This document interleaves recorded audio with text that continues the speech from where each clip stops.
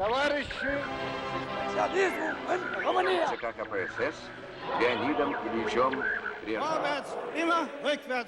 Солидарность będzie naszym pismem. Перестройка хозяйственного механизма, перестройки сознания.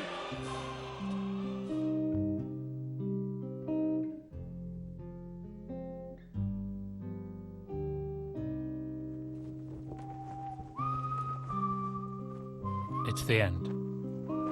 That's what I said to myself. I remember it with frightening clarity. It was the 25th of December 1991. I was 33 years old and something died inside me. The greatest idea after Christianity, I was thinking. Socialism. Dead. Born as a dream of brotherhood and justice, the utopia. For centuries it seemed ludicrously unrealistic, but we raised it to state power. Its end was as dull and banal as the TV broadcast which announced it. A 60-year-old bald man with a provincial accent was conceding defeat. Я прекращаю свою деятельность на посту президента СССР. The defeat of a superpower that nobody had ever conquered, but which defeated itself. I still can't quite believe that. 20 years on, and I see my socialism alive in my dreams.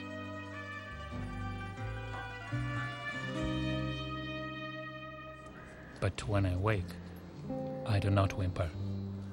It's dead and buried, gone forever, and there's nothing more to it.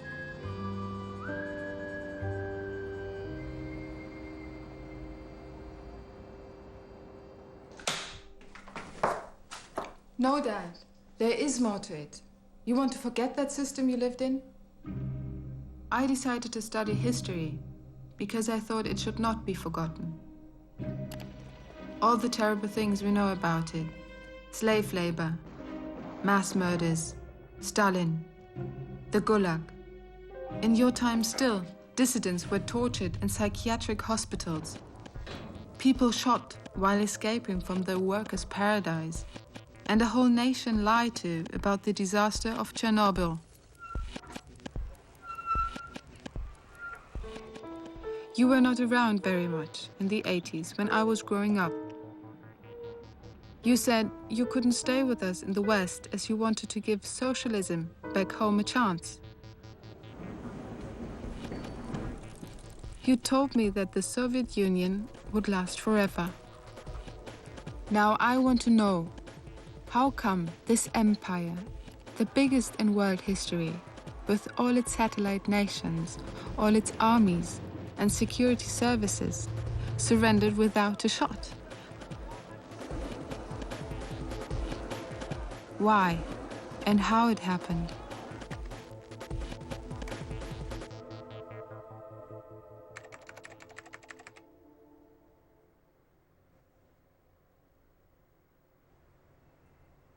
My dear daughter, it's easy to judge with hindsight. I was born into that system. My first childhood memories is grown-ups listening to the news about Gagarin. The first words learnt at school were science and progress. We grew up knowing that our competition with the West was between the past and the future. It was historically determined that a Soviet cosmonaut would be the first in space. But you remind me of the last Soviet cosmonaut. He was sent to space in the name of communism, but the year was 1991. The Soviet cosmonaut was up there when the communist empire collapsed. He and his spaceship, the symbol of Soviet superiority, were virtually forgotten. That recaps your problem for me. Sorry. But hold on. Please. I do need to understand you and the system you lived in. Let's go back to the early days. Your own space odyssey started in 1974. You mean the cult sci-fi film I told you about? We skipped school to see the cult movie Teens in the Universe. Its heroes were sent to space on a 40-year mission. The distances in space are endless, so the cosmonauts had to be young, 15, my age at the time. Нет, туда. Стойте! Это зов роботов!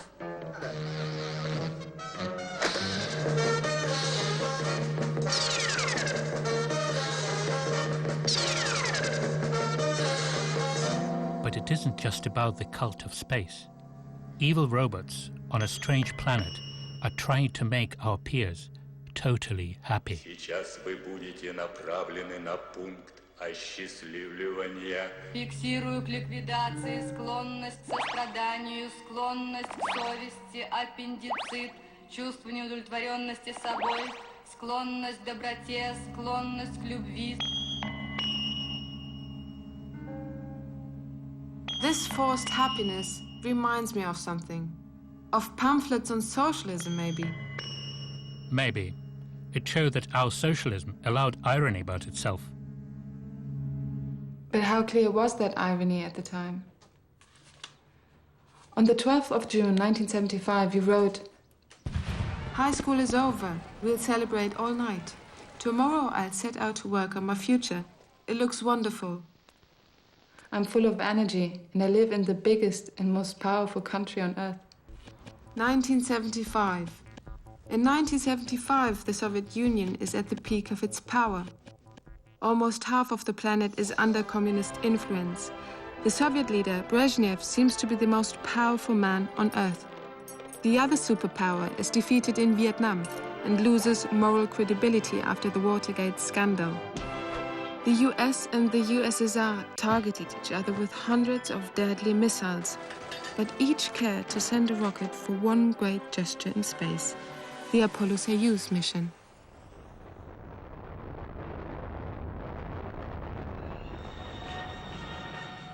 Вот и долгожданное рукопожатие в космосе. Экипажи с радостью встретили приветствие генерального секретаря ЦК КПСС Леонида Ильича Брежнева. Довольно. Фух, как мне хочется много знать. You know how much I would like to know.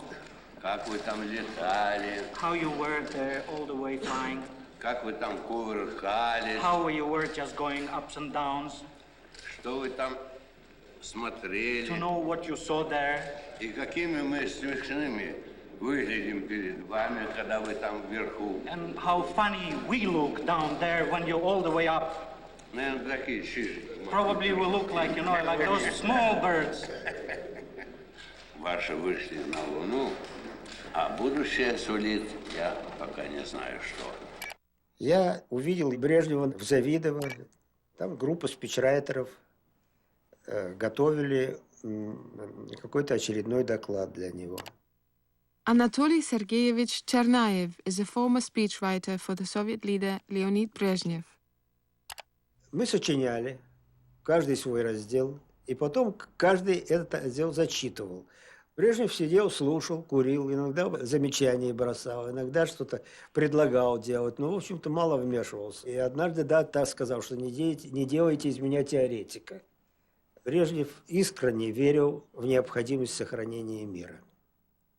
Вот это противоречие. С одной стороны, гонка вооружений, с одной стороны, холодная война, в которой он участвовал. Невероятное количество средств, которые отпускались на военно-промышленный комплекс, на армию и так далее. А с другой совершенно искренняя, то есть ответственность, понимание сверхдержавы, что от него зависит, сохранится ли мир. 1 августа 1975 года. Для участия в завершающем этапе совещания прибыла делегация Советского Союза во главе с генеральным секретарем ЦК КПСС Леонидом Ильичем Брежневым.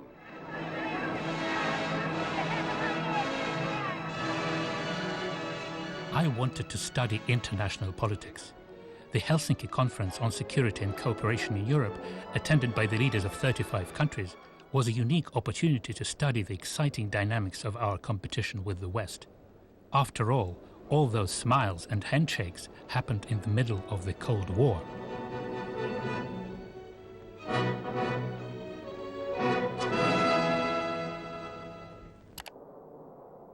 After the defeat of Germany in World War II, borders moved. Germany was divided into 4 sectors by the 4 allies who defeated it. But the allies were themselves divided by ideology. In the countries the Soviet Union occupied, it pushed the local communists to seize power. The new socialist governments pledged allegiance to the USSR. A bloc of countries was formed, consisting of East Germany, Poland, Czechoslovakia, Hungary, Romania, and Bulgaria. A gigantic empire was born. Its military alliance was formalized in 1955 by the Warsaw Pact. So in 1975, what did the Soviet Union want at the conference in Helsinki? Вы рады тому, что сегодня начинается последний этап европейского совещания? А вы как думаете? What do you think? What do you think this conference will accomplish for the world? А что, по вашему мнению, эта конференция, это совещание даст для всего мира? А что вы хотели? What would you like it to accomplish? Anything you want, you got it. Anything you want, tavares. Anything dabei, you comrades. Anything you want. And so the overconfident Brezhnev and his communist colleagues signed what the West asked them to sign, including the clause stipulating the respect of human rights.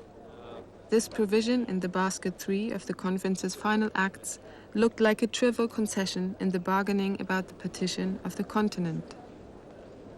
Мы имели прямое отношение к подготовке этого совещания и к разработке документов этого совещания. Присутствовал определенный цинизм. То есть мы получили фиксацию границ, послевоенных границ. Больше это совещание ни к чему нас не обязано. Все эти корзины, там их 3 было, уж во всяком случае 3-ю корзину можно забыть и наплевать. И мы ее действительно не собирались выполнять по правам человека и так далее, и всем, что с этим связано. Indeed, Helsinki was considered a defeat for the West. The Nobel Prize winner Alexander Solzhenitsyn, the author of the Gulag Archipelago about Stalin's reign of terror, speaking in the US Congress on the eve of the Helsinki Conference in 1975, condemned the free world for surrendering to communist power. Я пытался передать вашим соотечественникам скованное дыхание жителей Восточной Европы. Именно в эти недели, когда дружным согласием дипломатических лопат будут засыпаны и утрамбованы в братской могиле еще дышащие груди.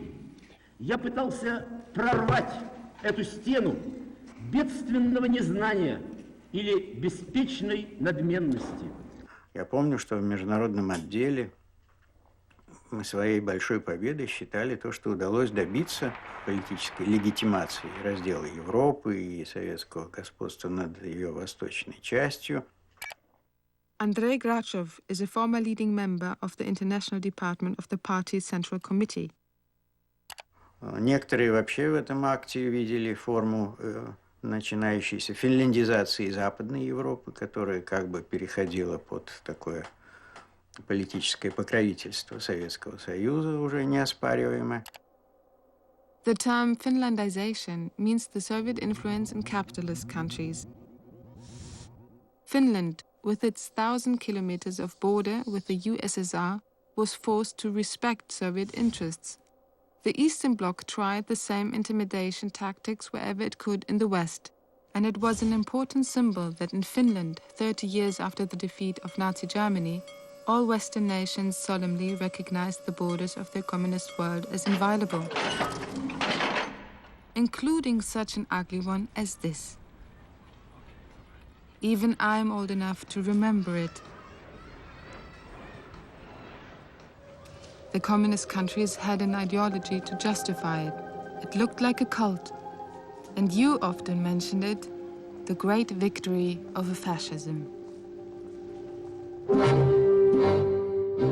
Хотят ли русские войны? Спросите вы у тишины.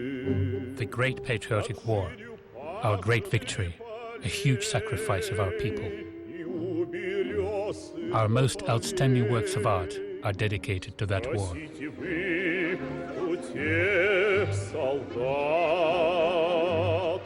Что под березами лежат, и вам ответят их сыны. Хотят ли русские, хотят ли русские?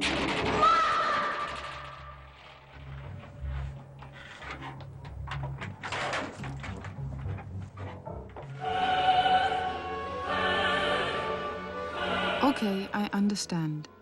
But as you well know, one man's victory is another man's misery. And a dictator can be followed by another dictator. Before attacking the USSR, the Nazi Germany occupied a number of countries, such as Czechoslovakia in 1938. 7 years later, the Red Army liberated Eastern Europe. But how real was that liberation? What do Czechs themselves think about that? Here's the story I found of Andrej Stavinocha, an ordinary Czech worker from Znojm. Rusy byli prej horší než Němci. I když nás osvobodili, ale prej byli horší než Němci při tom osvobozování. Prostě tam vraždili, znásilňovali a karli, co se dalo. To mám od mámy, tohle. Ta averze přestoupila z ní prostě na mě, na ty Rusy a na tyhle komunisty prostě. V 68. roce mě bylo 13 let. V televizi a všude, tenkrát jsme měli už televizi, prostě to už bylo vysíláno a prostě co se v Praze dělo a všude, no.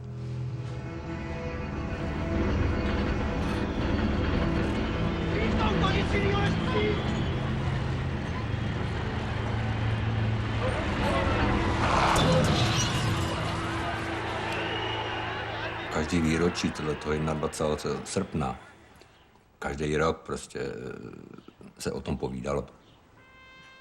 V roce 1978, 23. srpna, kolem 12 hodiny noční, jsme hodili sochu Klementa Gottwalda na náměstí v Příbrami.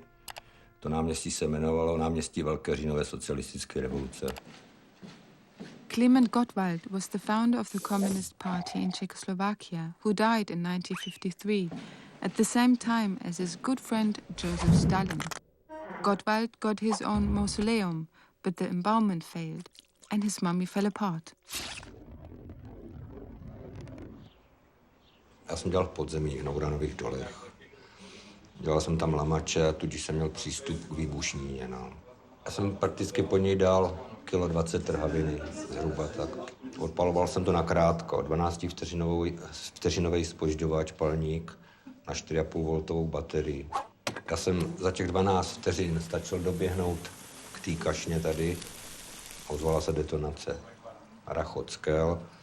Já jsem se otočil, viděl jsem, jak Gottwald kácí k zemi v tom záblesku, říkám, byl to dobrý pohled.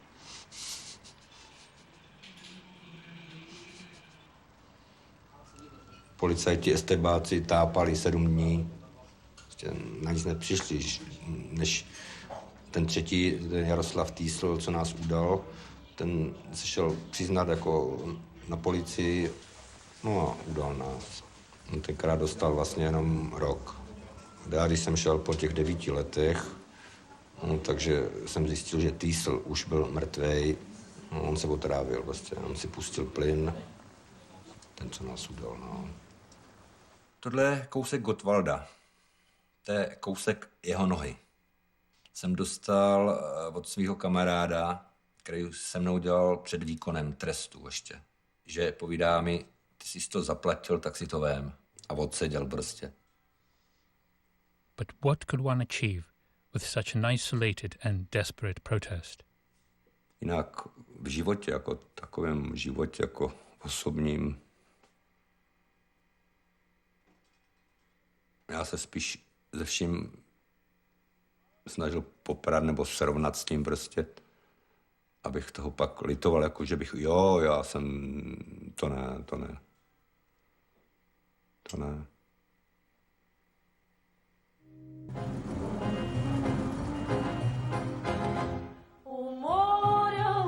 my parents would try and have me spend my summer holidays at the seaside.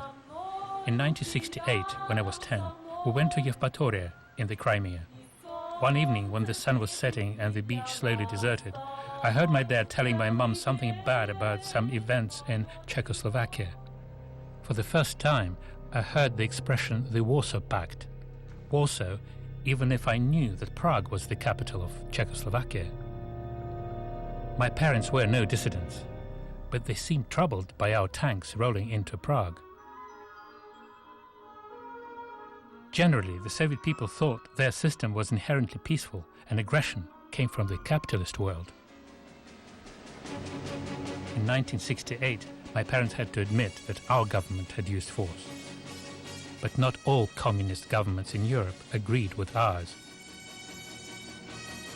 True, Romania, though a member of the Warsaw Pact, refused to send troops into Czechoslovakia. Nicolae Ceausescu, the Romanian communist leader, impressed the world by his independent stance within the Soviet bloc. At the time of the Czechoslovak crisis in 1968, Ceausescu said this about the Soviet position: "Nobody can claim a monopoly of absolute truth for himself." Sergiu Iechelak was the long-term interpreter of Ceausescu, following the Romanian leader to many summits. Ceausescu era de obediență sovietică, deși comunistă, și era colorată de un naționalism puternic românesc.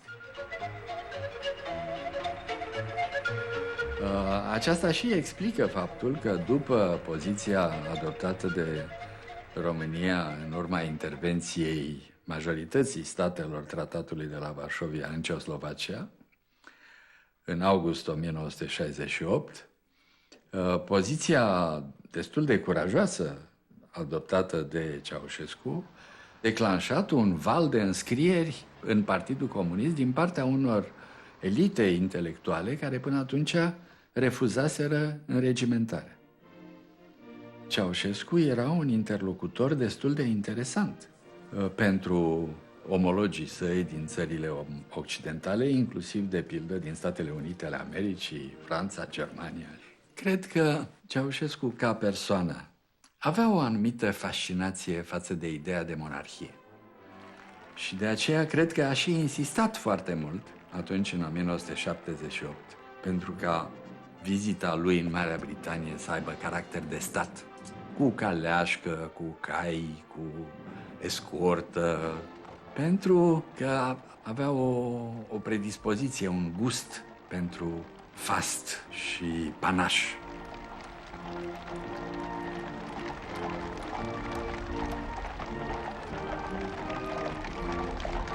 A intervenit însă, cred, un moment crucial și acesta a fost vizita sa în Coreea de Nord, în special, în care, în sfârșit, a văzut lumină.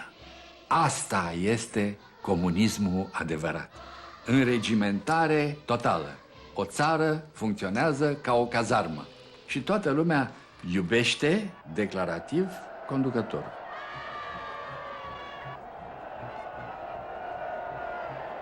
Până atunci, el bănuia că este Dumnezeu. Din acel moment a fost sigur.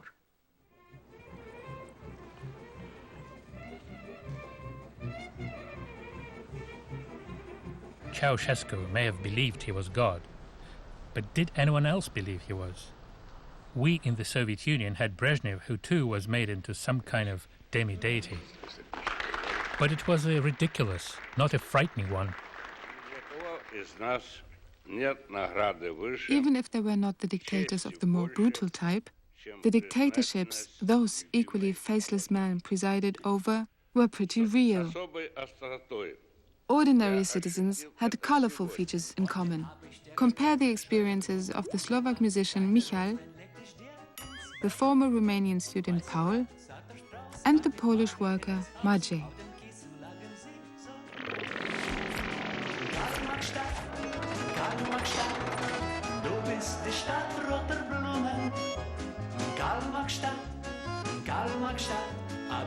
Je veľmi veľa legend o socializme a to je napríklad aj legenda o sociálnej spravodlivosti. Myslím si, že sa vtedy mali možno všetci rovnať zle.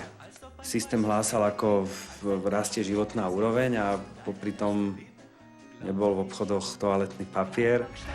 Stále sme prekračovali plán, stále sme hovorili o tom, ako predbiehame kapitalizmus. Nám bolo všetkých nás v socialistickom tábore rovnako ľúto. Nám boli sympatickí aj Poliaci, aj Maďari a nakoniec aj Rusi.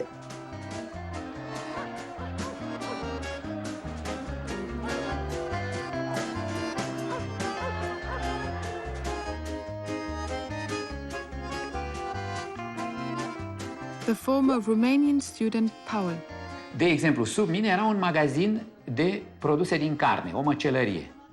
Oamenii stăteau noaptea să facă coadă în această măcelărie ca să, eventual, să fie primii să cumpere ceva. Ei nu știau dacă a doua zi în magazin va fi o bucățică de carne. Ei se așezau la coadă și stăteau toată noaptea la coadă sub geamul meu. Și câteodată dimineața Ceaușescu sătuie și trecea în fața geamului meu. Și într-o zi a văzut coada și zicea, ce e cu ăștia aici? Ce e coada asta la carne? Cum adică? Vă rog foarte frumos să-mi rezolvați problema asta. Cum au rezolvat autoritățile de sub el această problemă? Au desfințat magazinul de carne. L-au transformat într-un salon de coafură și magazinul de carne a fost mutat în spate, pe o stradă pe unde Ceaușescu nu trecea niciodată.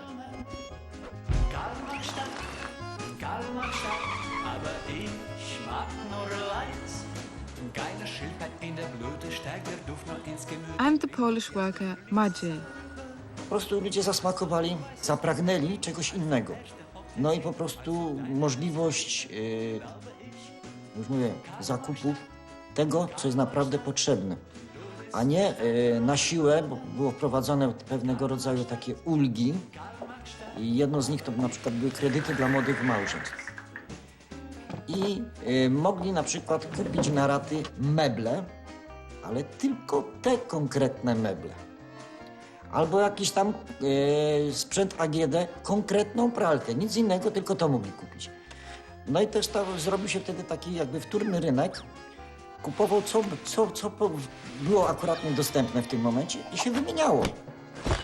Kupił pralkę, ale potrzebował tapczan, no to wymienił z kimś na ten tapczan i taki handel potem tym szedł.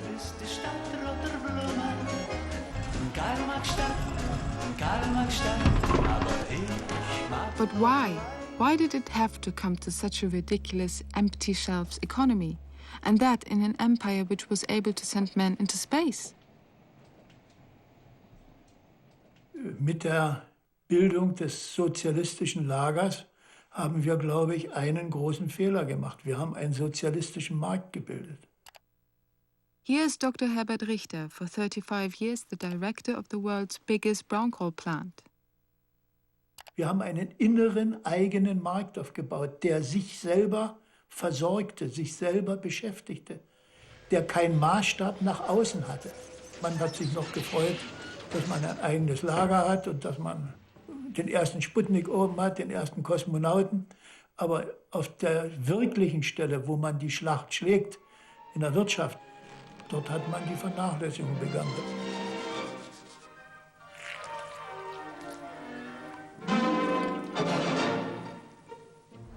Some people, not all, craved Western goods. But it was clear that an economy open to the capitalist world meant capitalist economy, and not everybody wanted it. Man doesn't live by bread alone. That wasn't a sentence from a Sunday Mass for us. It was a practical wisdom.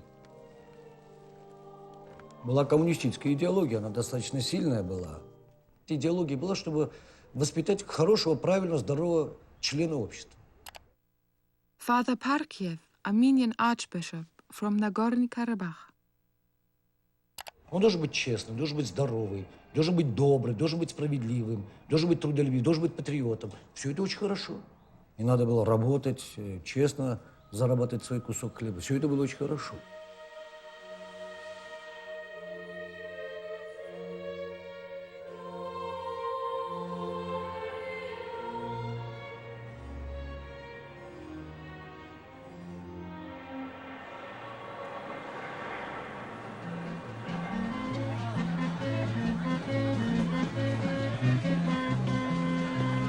Я на шахте работаю.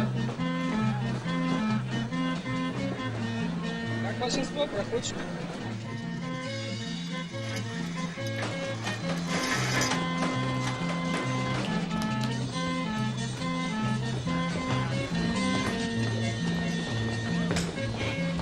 В социальном плане какая-то защищенность была гражданина Советского Союза. Он какой-то минимум имел. Он как-то был защищен, как-то застрахован самым минимумом. Но это было неплохо. Медицина бесплатная, образование бесплатное. Я работаю, пишу стихи про любовь. Про любовь, да?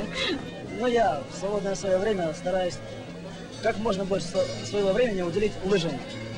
Книжку читаю, газеты. Обычно современные, фантастику тоже люблю. Я предпочитаю Дюма.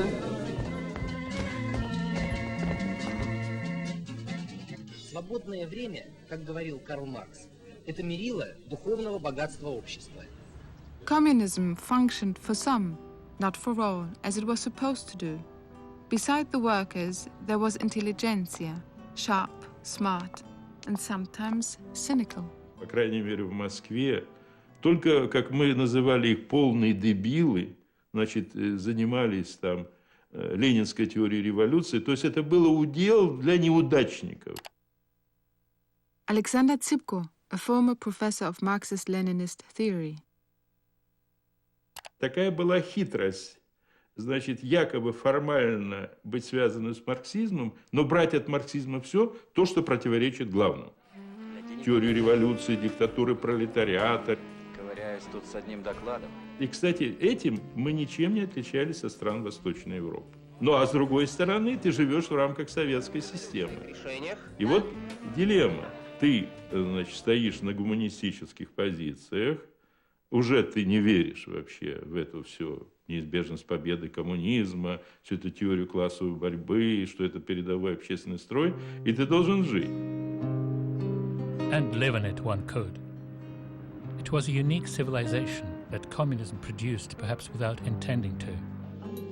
We were curious about Western culture, but we didn't imitate it. We didn't give a damn about cars. No one wanted to be a banker. The term manager didn't even exist. And that funny civilization of ours fascinated some foreign visitors. For instance, one Western European girl I met. I wasn't sure who she'd fallen in love with, me or the poetic freedom from materialism she found in Leningrad. Perhaps you can ask her, as it was your mother.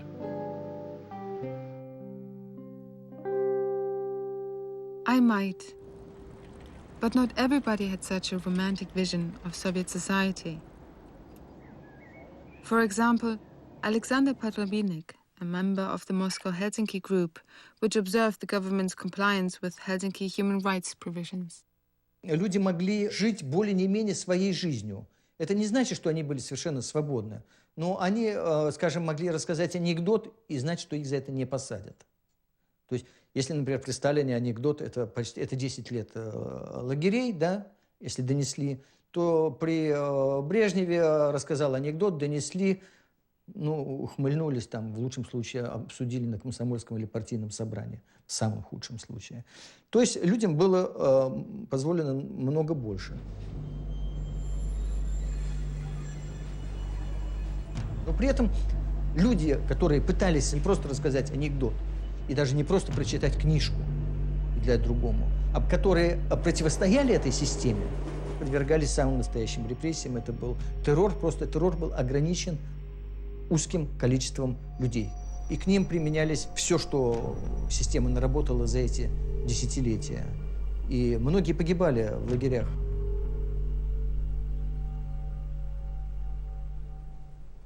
Диссидентское движение было сильно именно тем, что оно открытое. Такая была. Хельсинская группа была совершенно открытая. Инициативная группа защиты прав человека, комитет защиты прав человека, наша комиссия по расследованию использования психиатрии в политических целях. After Helsinki, more and more dissidents were motivated to challenge the regime. A new world power appeared, public opinion, and the human rights provision of Helsinki that the socialist camp had signed in 1975 turned out to be a historical trap. Это на самом деле была неосторожная политическая акция у тогдашнего руководства, публикации в советских газетах полного текста Хельсинского заключительного акта. Потому что Хельсинский акт 1975 года на самом деле оказался бомбой с двойным дном. В Хельсинском акте были заложены мины, которые взорвались позднее. Права человека, распространение информации, воссоединение семей, прекращение глушения.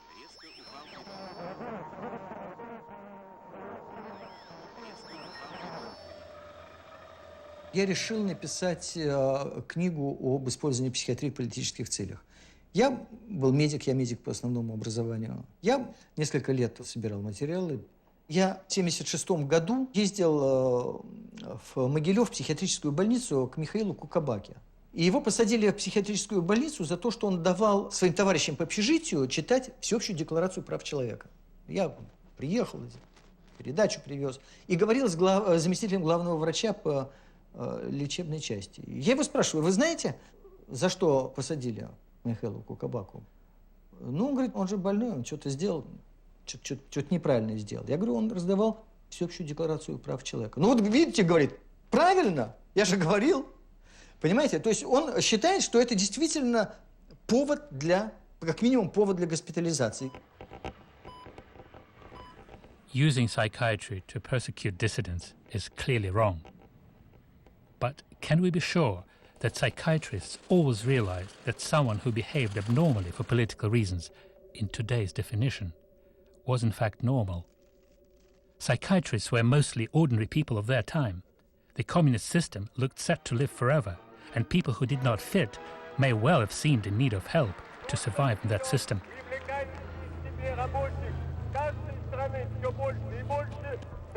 Some definitions of normality strike me as slavery. And even more than the bodies, that system you describe wanted to enslave the brains.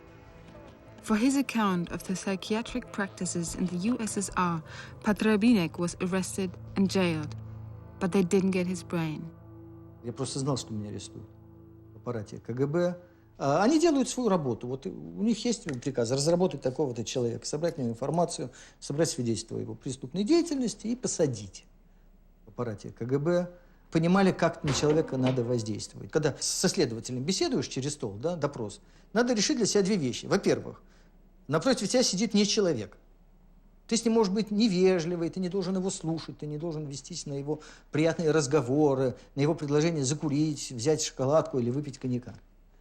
Все это надо отрицать. Это не человек. Перед тобой сидит робот, машина, и для тебя он может причинить только зло. Только зло. И второе, надо для себя решить, что ты получаешь максимальный срок. Все, тебе не о чем торговаться, не о чем заботиться. Ты получаешь максимальный срок, ты должен быть к этому готов, и тогда ты становишься свободен. И они ничего не могут сделать. Чувствовать себя свободным в условиях несвободы – это очень сладко, это очень приятно.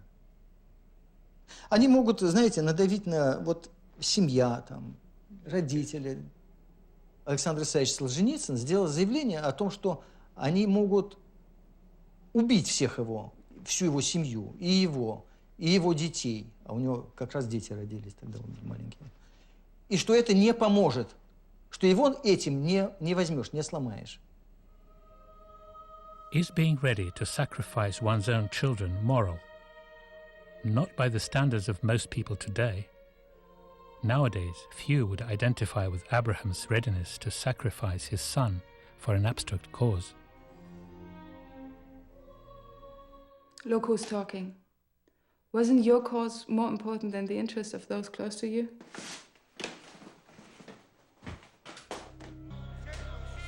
Morals have been the favorite weapon of repressive authorities.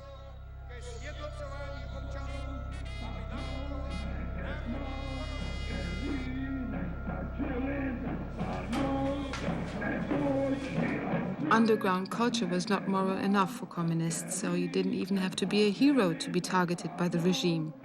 That's what happened to Czechoslovak rock band Plastic People of the Universe.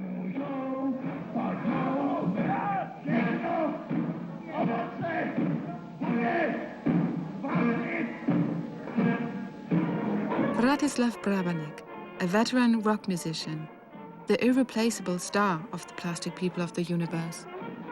No, to bylo naprosto absurdní. Předtím my jsme několik let hráli a nebyli jsme nikdy u výslechu. A k výslechům chodili lidi, kteří chodili na naše koncerty, ale my ne. Takže jsme se báli, kdy to spadne na nás, a spadlo to na nás až v roce 76. Before interrogating the plastic people, the government made a propaganda film assailing the musicians for immorality.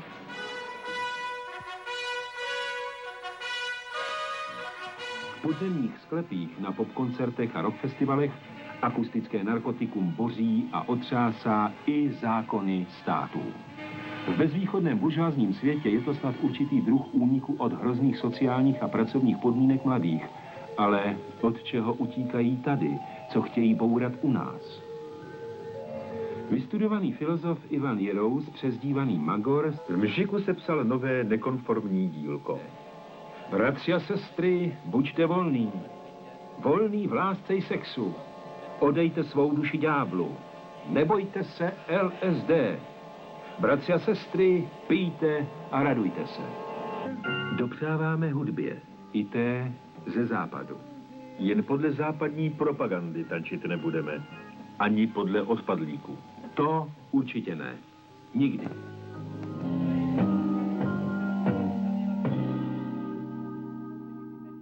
Najednou jsem pochopil, že to je věc, která zasluhuje maximální mou pozornost. The plastic people case prompted Václav Havel, playwright and later Czech president, one of his most important ideas. Ať už se komu ta hudba líbí víc či méně, nebo ty texty, tak je to jakýsi výraz určité opravdovosti nějakého vztahu ke světu. Tam vlastně se začala rodit myšlenka Charty 77, byť ve své zárodečné podobě. Československo podepsalo takzvaný ty helsinský dohody, že jo, ten helsinský dokument, který jako zaručoval tyhle ty základní práva. No tak Havel napsal, že by se ty práva měly dodržovat. No. To dal dohromady s partou lidí a pak požádal lidi jako ze svých okruhů, intelektuálů, spisovatelů, filozofů i undergroundu, aby jsme to podepsali. Já jsem byl v první várce. První várce jsem byl, no, takže... Ale přijel jsem domů a říkal jsem ženě, podepsal jsem nějakou věc. Z toho bude velký průser. A byl, no. Thousands of people from all walks of life signed the manifest, Charter 77, calling for democracy, transparency, tolerance and cultural freedom. Shortly after signing the charter, the plastic people were arrested and jailed. To jsme zjistili z novin dokonce, který jsme dostávali na celou, jsme zjistili, že máme podporu i venku. Díky teda řečí části Havlovi a lidem okolo něj, že to nějak rozhlásili, že jsme tady pronásledovaní za to, že jsme si dělali svoji muziku. The amoral words for which the plastic people had been jailed were found in the works of Lenin. Karel Stommer, the band's lawyer, came up with an interesting defense strategy. My jsme se rozhodli, že použijeme výsledky marxistické vědy, že použijeme výsledky sovětské literatury a použijeme výsledky klasiků. Všichni se u nás topí v odporném byrokratickém bahně rezortnictví. Pro každodenní boj proti tomu je nutno mít velkou autoritu, důvtip a pevnou ruku. Rezorty jsou na hovno, dekrety jsou také na hovno. Truly, comrades, my influence on the European political culture is profound. Shortly afterwards, the musicians were released from prison.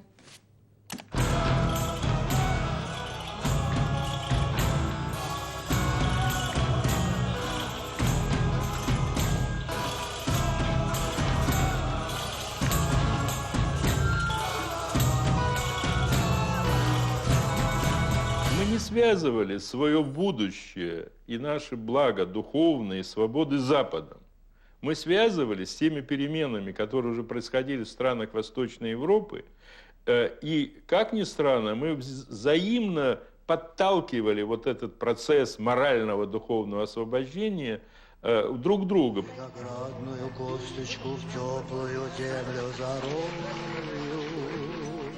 Продукт оттепели, русская поэзия, наши барды.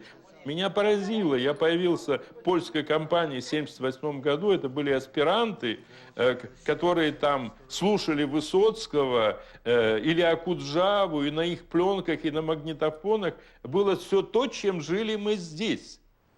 Я помню, 80-й год, Варшава, июль, Таганка приехала, и вся Варшава, столпотворение было в театре, стояли в очереди.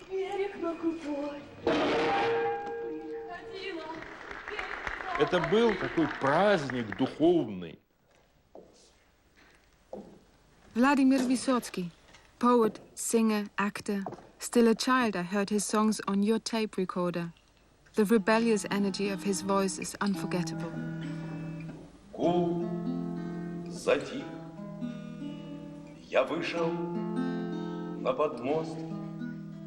I understood that he was probably the most popular artist in the USSR, widely known in the other Soviet bloc countries, and that, amazingly, without his songs being in official distribution. It's clear we did not have a proper democracy, but people had ways to express their likes and dislikes in culture. There, political innuendos mixed with emotions. That's why there's so much passion in our poems, in our songs. Everybody in the USSR knew and loved Vysotsky. And that love was even greater because his works were not published. But you know what happened to the Soviet Union's most beloved man, don't you?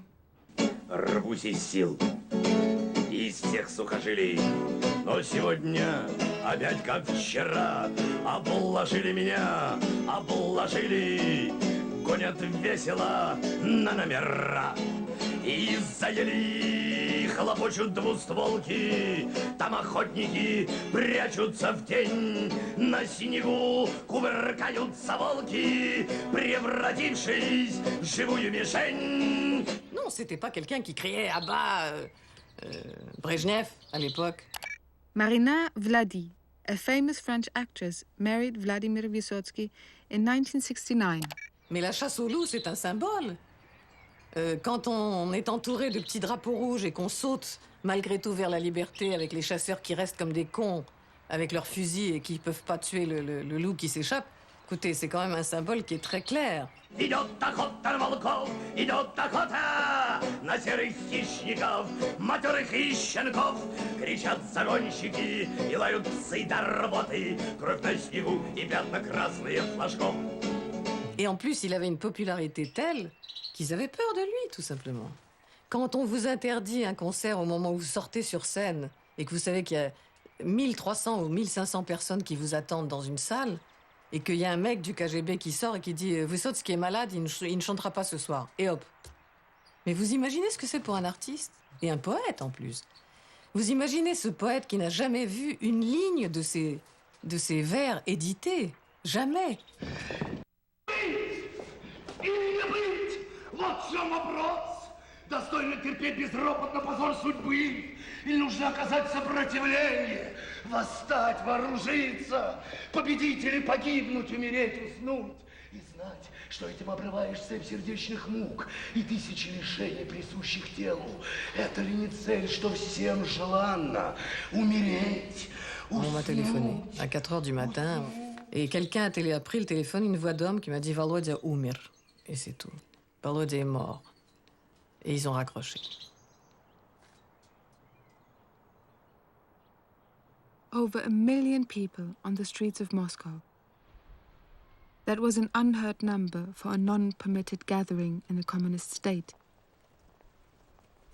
They came to say farewell to a rebel, and, maybe without fully realizing it, to celebrate rebellion in themselves.